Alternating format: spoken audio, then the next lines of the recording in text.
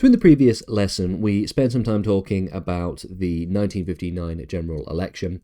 This lesson is going to spend some time talking about Macmillan as Prime Minister, which involves talking about some events taking place prior to 1959 and also after 1959.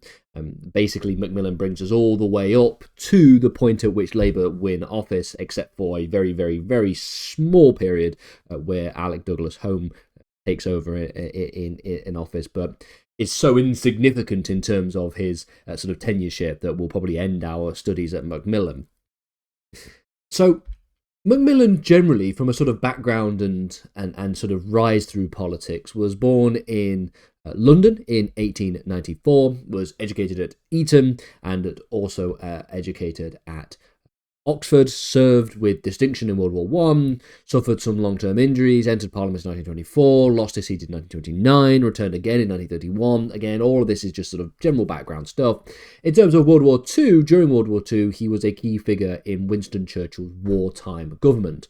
He served as minister resident at Allied HQ in the Mediterranean, which was essentially building relationships with Great Britain and General Eisenhower at the time, who would later, of course, become President Eisenhower, and gained quite a substantial international reputation. When the war ends and he enters into the post-war period, he is for quite a substantial time the Minister for Housing, so between 1951 and 1954.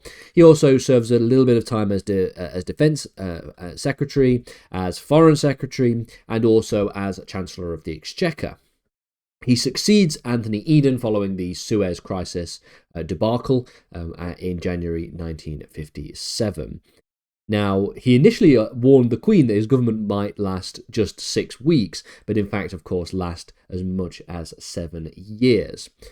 In terms of his domestic policies and his economic policies, we'll get to economics in, again, another lesson when we focus specifically on the economy. We talk about stop-go economics as well. We'll touch on it here as well. In terms of his sort of general ideology and ideological positions, he favoured this idea of one nation conservatism, emphasising full employment, emphasising welfare, emphasising a mixed economy, and emphasising what we call in economics the idea of Keynesian growth, continuing the social and economic consensus of the post-war era, sort of pushing forward and continuing with the post-war consensus that we have spoken about at great length in various different videos. We've noted already that in July 1957 he declared that rising prosperity and also the warning of inflation, and he made a sort of hallmark speech that he suggested that you've never had it so good, sort of thinking about Britain, the idea of Britain as the sort of age of affluence, the affluent society, a sort of golden age of affluence and prosperity. In terms of his economic policies, the Macmillan permitted what is sometimes known as stop-go economics, which is the idea of cyclical fiscal expansion and restraint in order to manage inflation while also maintaining economic growth.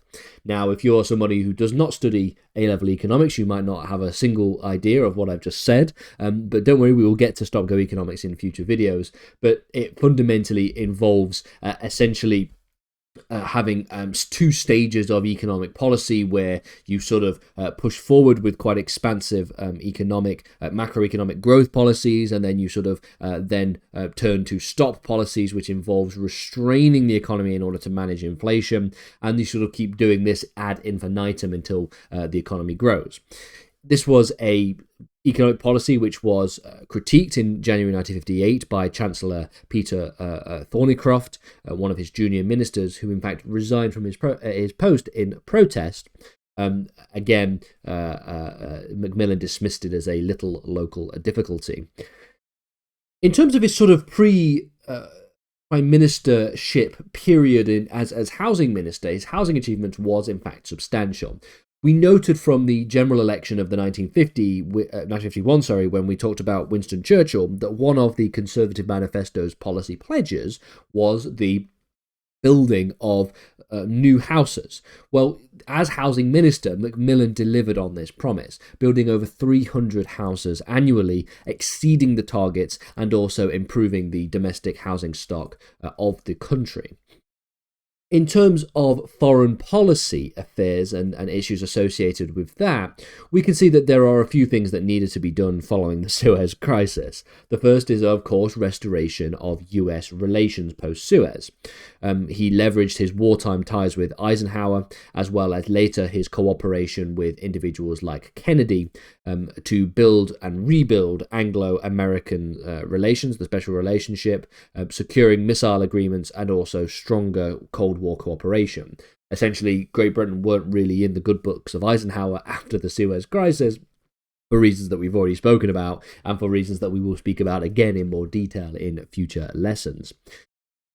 In terms of the sort of broader Cold War strategy here, we're talking about the shift away from a professional, to a professional military, the ending of national service under what is known as the Nassau Agreement in December 1962. It agreed US supplied Polaris missiles for British submarines, and the ending of national service. He also played a role in negotiating the 1963 Partial Nuclear Test Ban Treaty with the United States and the USSR.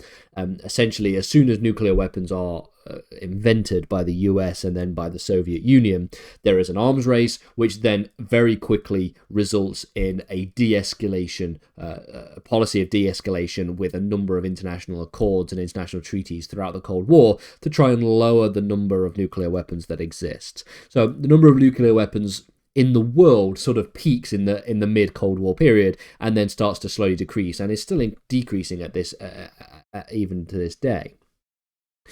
Another landmark speech, another landmark policy that he sort of was under the remit of Macmillan was, of course, his Winds of Change speech, a landmark speech in 1960 in Cape Town, where during the Commonwealth Prime Minister's Conference, Macmillan essentially is acknowledging in the Winds of Change speech the growing tide of African nationalism and the acceleration of decolonisation in a variety of other of previously colonial territories during the British Empire. So Ghana in 1957, Nigeria in 1960, Kenya in 1963, among others.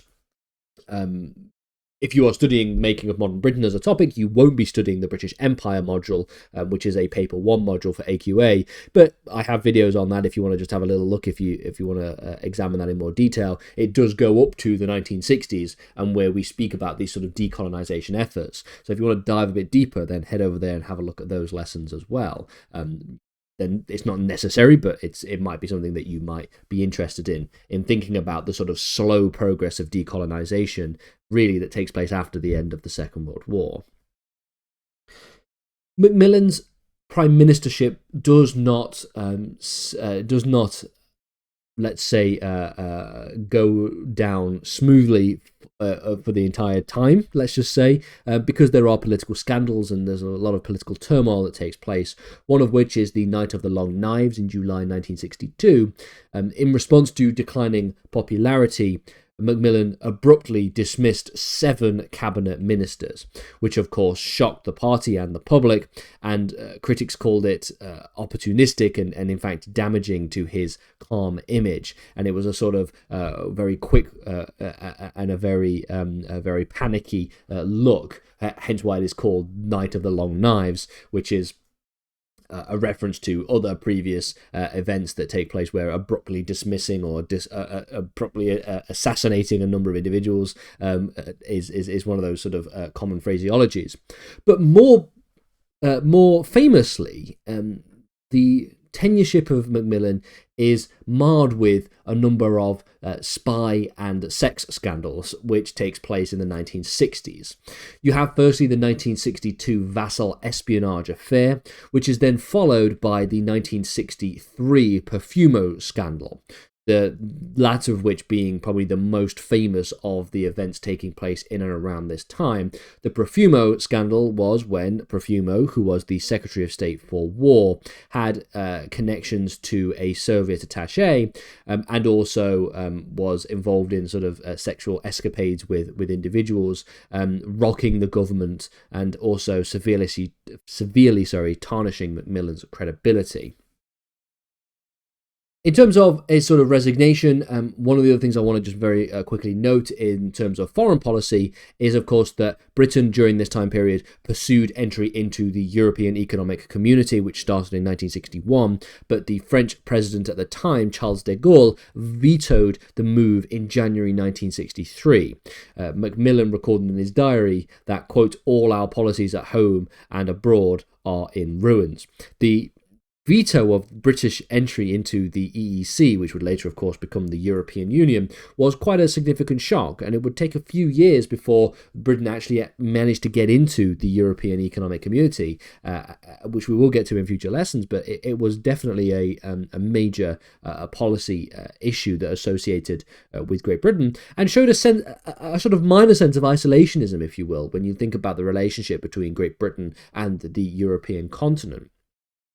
Amid health concerns then, the scandal and the fallout and party pressure, we see that Macmillan resigns in October 1963 and is succeeded by Alec Douglas Home, but is only succeeded by Alec Douglas Home until 1964, early 1964, when we get the 1964 general election.